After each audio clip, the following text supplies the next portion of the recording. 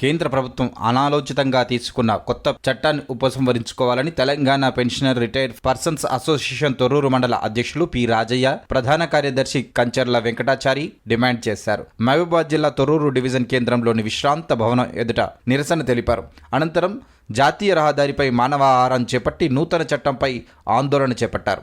ఈ సందర్భంగా వారు మాట్లాడుతూ పెన్షన్ అనేది ఒక సామాజిక భద్రతా పథకమని, పెన్షనర్లకు వ్యతిరేకంగా ప్రధాని పార్లమెంటులో జరిగిన బడ్జెట్ సమావేశాల్లో ఆర్థిక బిల్లును ప్రవేశపెట్టారని, దీని ద్వారా కొత్త పీఆర్సీ, డిఏల ప్రయోజనాల పెన్షనర్లకు లేకుండా పోతున్నాయని, 2024 జనవరి 1 నుంచి కొత్త చట్టం అమల్లోకి రావడం వల్ల ఇప్పుడున్న పెన్షనర్లకు ఎలాంటి ఆర్థిక ప్రయోజనం ఉండబోదని అన్నారు. సిఐటియు నాయకులు బెల్లం అశోక్, ఎండి యాకూబ్, వివిధ విద్యార్థి సంఘాల నాయకులు ఎండి అమీర్, సురేష్ బాబు సంఘీభావం తెలిపారు.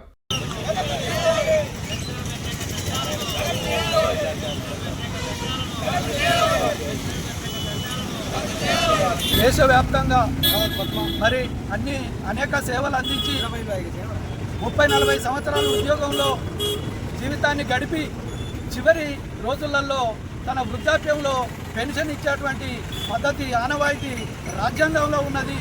ఎవరో ఎమ్మెల్యే, ముఖ్యమంత్రి, తర్వాత ఎంపీనో ఇచ్చేది కాదు, ఇది రాజ్యాంగంలో ఉంది. కాబట్టి వాళ్ళు సేవలు అందించారు. కాబట్టి వాళ్ళ వృద్ధాప్య జీవితంలో పెన్షన్ ఉండాలనేది ఒక చట్టబద్ధమైనటువంటిది. దీన్ని సుప్రీంకోర్టు మరి చాలాసార్లు స్వాగతించింది. పెన్షనర్లకు ఖచ్చితంగా పెన్షన్ అనేది ఉండాలి.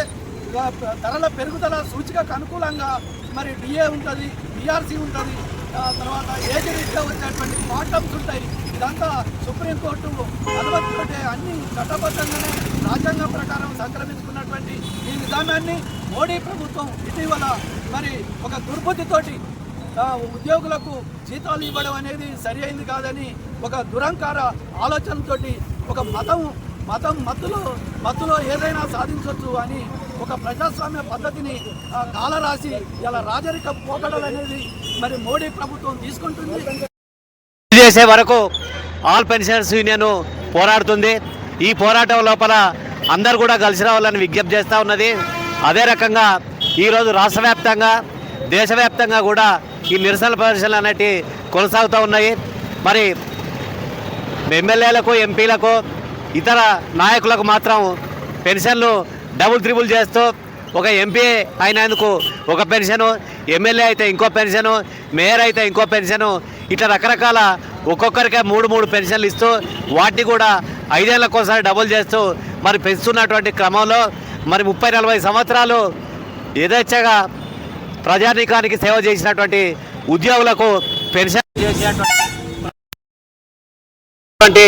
కేంద్ర ప్రభుత్వం, మోడీ నాయకత్వంలో ఉన్నటువంటి కేంద్ర ప్రభుత్వం ఇది చర్య తీసుకుంటుంది. అందుకని 1/1/2026 తర్వాత ఉన్నటువంటి వాళ్ళకు ఉంటుంది, అంతకుముందు ఉన్నటువంటి వాళ్ళకు పెంపు ఉండదు అనేటువంటి దాన్ని ప్రకటించి ఇదొక నియంతృత్వ ప్రభుత్వంగా ఉన్నది. కాబట్టి ఇట్లాంటి నియంతృత్వ ప్రభుత్వాలు రావడానికి మరి వామపక్ష పార్లమెంటు సభ్యులు పార్లమెంట్లో లేకపోవడం చేత, మన వైపున కొట్లాడేటువంటి వాళ్ళు ఎవరు కూడా లేకపోవడం చేతనే ఏకపక్షంగా ఇట్లాంటి ప్రజా వ్యతిరేక, ఉద్యోగ వ్యతిరేక, యువత వ్యతిరేక బిల్లులను ఈ ప్రభుత్వాలు తీసుకొస్తూ ఉన్నాయి. కాబట్టి మరి మోడీ ప్రభుత్వం గద్దెదించడానికి కూడా మనందరం కూడా తప్పనిసరిగా సహకరించాలి, మనందరం కూడా పోరాడాలి. అట్లాంటప్పుడే మన హక్కులు కూడా కాలరాయబడకుండా మనకు సంక్రమిస్తాయి. మన హక్కులు ఇవాళ కొత్తగా మోడీ ఇచ్చినటువంటిది కాదు. స్వాతంత్రం వచ్చినప్పటి నుంచి కూడా ఈ పెన్షన్ అనేది హక్కుగా అనేక సుప్రీంకోర్టు తీర్పుల్లో కూడా ఉన్నది.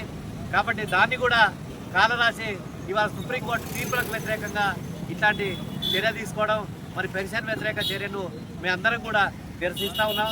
ఇక ముందు జరిగేటువంటి పోరాటాల్లో మరి ఇంకా పెద్ద ఎత్తున పెన్షనర్స్, తర్వాత ఉద్యోగ మిత్రులు అందరూ కూడా పాల్గొనాలని. ఇది కేవలం పెన్షనర్లకే వర్తిస్తుంది అనుకుంటే తప్పే. ఇది పెన్షనర్లతో పాటు మరి కేంద్ర ప్రభుత్వం, ఇప్పుడు వచ్చినటువంటి ప్రభుత్వం ఉద్యోగులకు కూడా డిఏ ఎందుకు ఇవ్వాలి, పీఆర్సీ ఎందుకు ఇవ్వాలి, సామాన్య మానవులు బతకడం లేదా, మరి వీళ్ళకి ఇవ్వకుంటే తప్పేంది, నష్టమేంది అనేటువంటి ఒక విధానవాదాన్ని కూడా తీసుకొస్తూ ఉన్నది. మరి వాళ్ళకు మాత్రం ఎమ్మెల్యేలకు కావాలి, తర్వాత ఎంపీలకు కావాలి, మంత్రులకు కావాలి, వాళ్ళ ఛాయ్ బిల్లులకే లక్షలాది రూపాయలు కావాలి. మరి మనకు మాత్రం బతకడానికి ఈ డిఏ, తర్వాత పీఆర్సీ ఇవి వర్తింపజేయమంటే మాత్రం మీనమేషాలు లెక్క పెడతా ఉన్నది. కాబట్టి ఈ చర్యను అందరం కూడా ఖండిస్తూ ఉన్నాం.